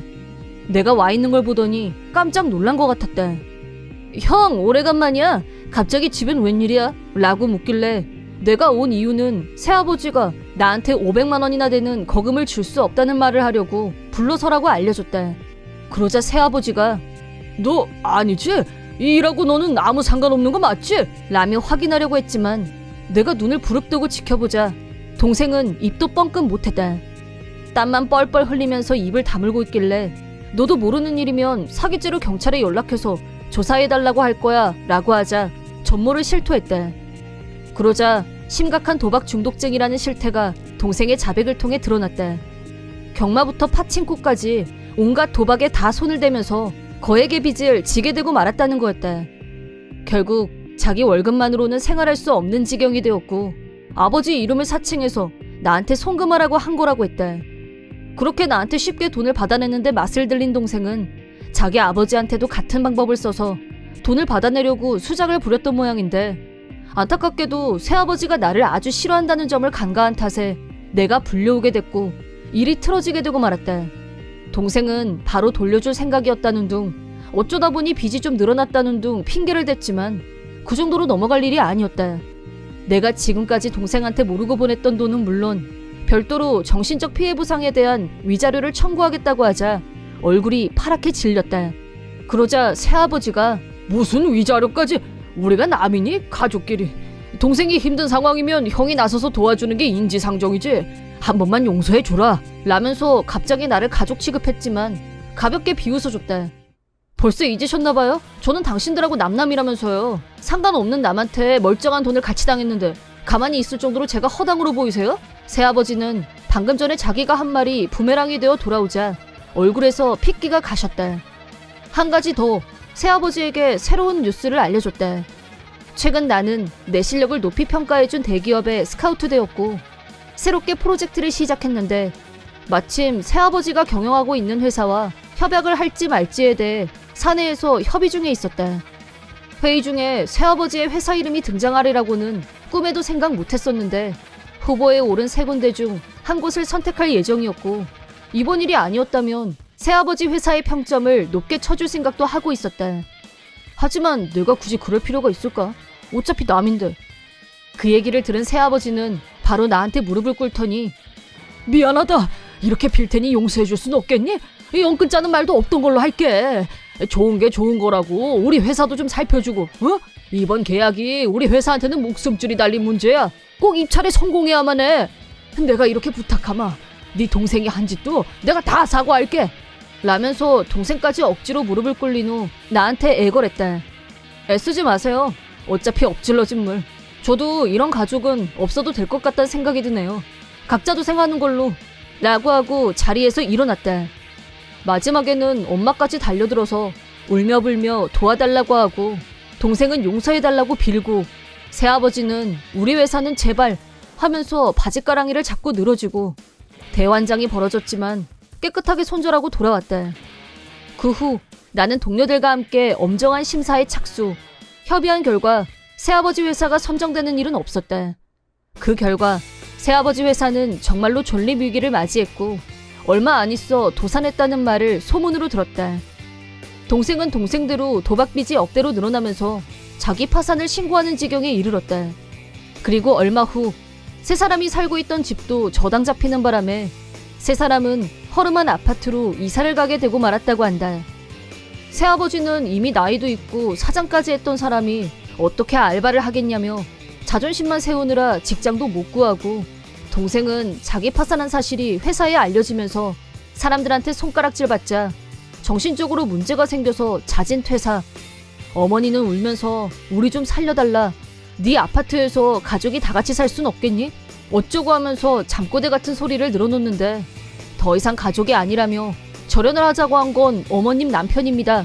라고 하고 전화를 끊었다. 다음 수순으로 세 사람의 연락처를 차단했다. 천만다행으로 그 셋은 내 주소를 모르기 때문에 내가 먼저 하지 않는 한 그 셋이 나한테 연락할 방법은 없었다. 앞으로 가는 길이 지옥이나 다름없을 거란 건 불을 보듯 뻔하지만 이게 바로 사필귀정. 이번 영상은 어떠셨나요? 재밌게 보셨다면 구독, 좋아요에 댓글까지 달아주시면 감사하겠습니다. 그럼 다음 영상에서 만나요.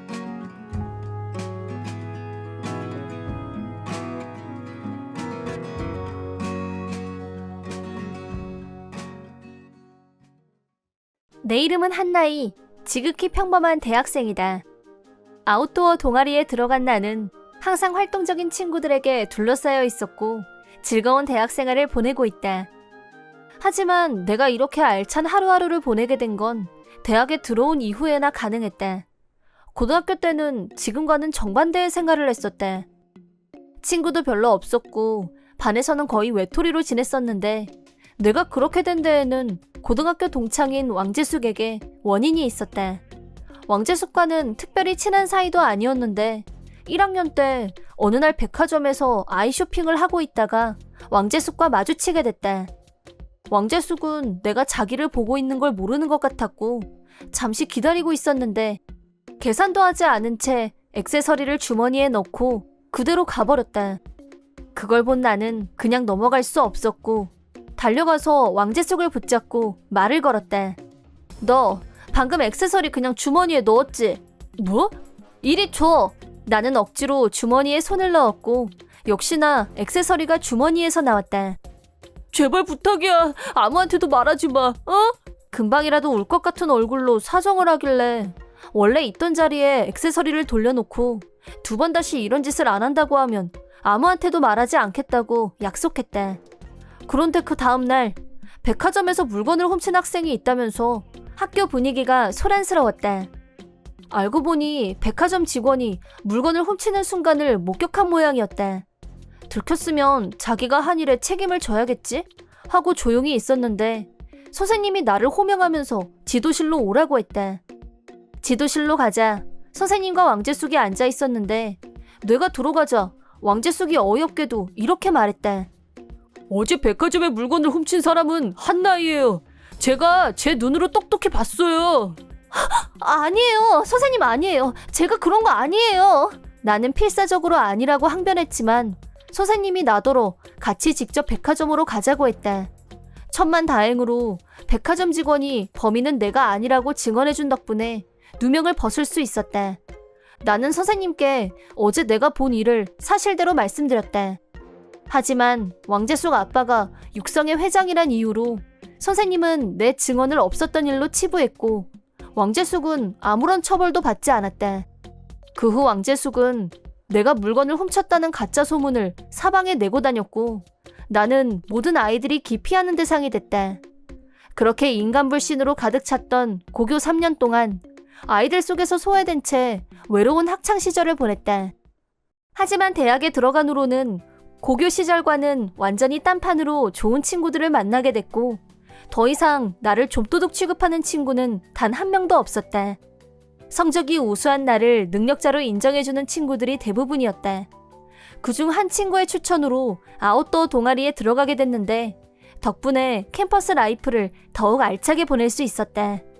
대학교 3학년 여름, 동아리 멤버들과 바비큐 파티를 하기 위해 캠프장으로 향했다. 오늘 배 터지게 먹고 훈제 요리에도 도전해보자. 좋지. 오늘 술 잘 들어가겠다. 나이는 엄청 얌전해 보이는데 술이 한 잔 들어가면 완전 업되더라? 술버릇이 웃는 거라 그래. 우정이와 진구는 대학에 와서 만난 친구들이고 같은 동아리 소속이었다. 많은 좋은 친구들 중에서도 두 사람은 나한테 있어서 절친이자 첫 번째로 꼽을 수 있는 제일 좋은 친구들이었다. 두 사람한테는 고딩 때 인간불신에 빠져 있었던 얘기며 왕재숙한테 당한 일들을 말한 적이 있었다.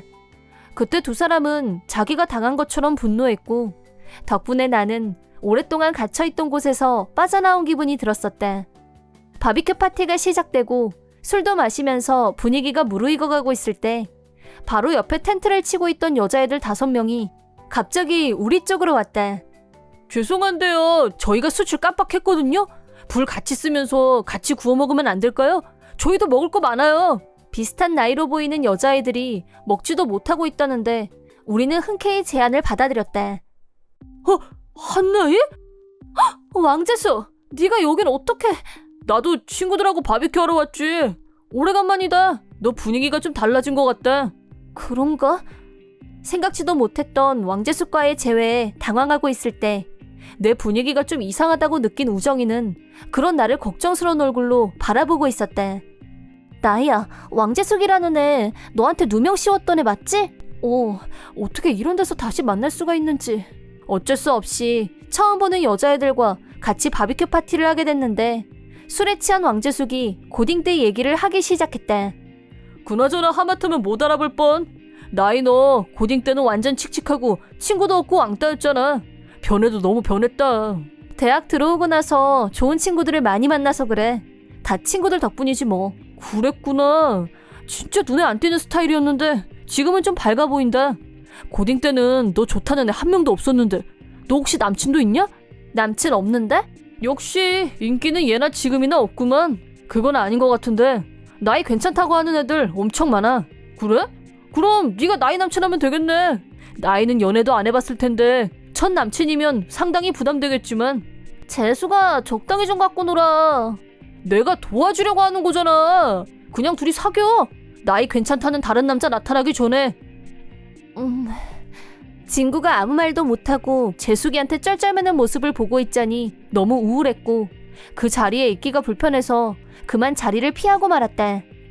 나야, 그런 거 아니야.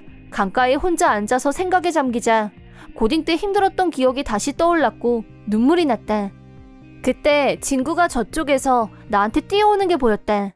여기 있었어? 한참 찾았잖아. 미안해. 아까는 곤란했었지. 네가 사과할 일은 아니잖아. 너야 나랑 사귈 생각도 없었을 텐데 그런 말까지 들으니까 황당했을 거 아니야. 아니야. 나 실은 너한테 고백할까 말까 전부터 망설였었어. 뻥치지 마. 연애가 자선 사업인 줄 알아? 뻥 아니야. 근데 술 마시고 고기 먹다가 게다가 등 떠밀리는 것처럼 상황이 역대급 최악이었잖아. 진짜야? 너야말로 지금 바로 대답 안 해도 돼. 천천히 생각하고 말해줘. 알았어. 진구의 갑작스러운 고백에 놀란 나는 술 기운이 확 사라졌다. 이번에는 우정이가 무슨 일이 난 것처럼 헐레벌떡 뛰어왔다. 둘 다 여기 있었네. 대박 사건 터졌어. 빨리 와봐. 아까 있던 곳으로 오자 여자애들 5명이 한 명도 보이지 않았고 동아리 멤버 몇 명이 자기들 가방을 뒤지고 있었다. 무슨 일이야? 지갑이 없어졌대. 그것도 3명이나. 뭐? 그 말을 듣는 순간 물건을 슬쩍 하던 왕재숙의 모습이 오버랩됐다. 분명히 범인은 그 5명 중에 있어. 나 누군지 알 것 같아. 5명은 이미 떠날 준비를 마쳤고 자동차에 올라타기 직전이었다. 나는 서둘러서 왕재숙을 불렀다. 왕재숙! 지갑 당장 내놔. 어? 쟤 뭐야? 쟤 뭐래냐? 네가 내 친구들 지갑 훔쳐갔잖아. 내가 뭘 훔쳐? 난 몰라. 네가 훔쳤겠지. 넌 고딩 때랑 하나도 안 변했구나. 네가 훔쳐놓고 나한테 뒤집어 씌웠을 때랑 똑같아. 훔쳐? 지갑? 이게 다 뭔 소리야? 가방 열어봐. 그럼 다 끝나는 거 아니야? 채. 왕재숙은 갑자기 자동차에 시동을 걸었고 자기 친구들을 버려두고 혼자서 달아났다. 방금 전까지 술을 마셨기 때문에 음주운전 행위까지 더해졌다. 우리는 곧바로 경찰에 신고했지만 이미 사건 종료 상태였다. 왕재숙은 캠프장에서 나가자마자 나무를 들이받고 단독 사고를 낸 후였다. 다행히 크게 다친 곳은 없었지만 음주운전으로 면허 취소 처분을 받았고 가방에서 지갑이 발견되면서 빼박 증거가 잡혀서 절도죄로 경찰에 연행됐다. 그 일로 왕재숙은 대학에서 퇴학 처분을 받았다. 경찰에 연행까지 된 사실을 알고 부모님이 경로, 집으로 끌려가서 감금 상태나 마찬가지로 지내면서 지금까지의 모든 자유를 박탈당했다. 소문에 의하면 사람들 눈을 굉장히 중요시하는 부모님이 집 밖에 나오는 걸 허락하지 않았고 학교도 직장도 못 다니고 집안일을 하면서 하루하루 버티고 있다고 한다. 친구들과의 관계도 끊어지고 사회에 나가는 것도 허락받지 못하게 된 왕재숙은 집안에서 지루하게 시간이나 죽이면서 살고 있다고 한다. 한편 나는 친구들 지갑도 무사히 되찾았고 모두에게 고맙다는 인사도 듣고 그 일로 우리는 더욱 끈끈한 사이가 됐다. 진구와는 그 후 정말 사귀는 사이가 됐고 바쁜 취할 중에도 서로에게 의지하고 도움을 주면서 지내고 있다.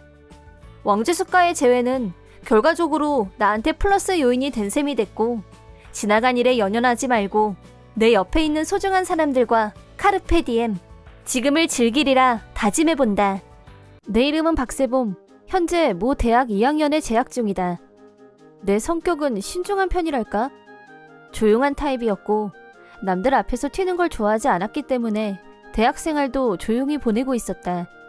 하지만 친구들도 많았고 나름 대학생활을 즐겁게 보내고 있었다. 그런데 한 선배한테 찍히고 말았는데 이유는 알 수 없었지만 그 선배는 나를 보면 괴롭히지 못해서 안달이었다. 내 짐작으로는 나하고 그 선배가 어떤 일로 후보로 뽑히게 됐는데 최종적을 내가 뽑히게 되면서부터인 것 같다. 선배는 반드시 자기가 될 거라고 철석같이 믿었고 주변에도 자신있게 말하고 다녔기 때문에 내가 뽑히면서 체면에 금이 간 모양이었다. 하지만 선발권은 대학 측에 있었고 나를 원망할 일은 아니었다. 나는 그저 선의의 경쟁을 했을 뿐 이런 후폭풍은 억울했다. 이 일 이후로 선배는 학교에서 나를 볼 때마다 넌 어쩜 그렇게 볼 때마다 촌스럽니? 옷 좀 사 입고 다녀줄래? 아, 깜빡할 뻔. 너네 집 못 살지? 옷 살 돈이 없지 참. 라고 모욕을 주거나 너 집에서 거울은 안 보냐? 화장품은 발라? 피부가 그게 뭐야? 그 얼굴로 안 창피해? 라고 인신공격을 했다.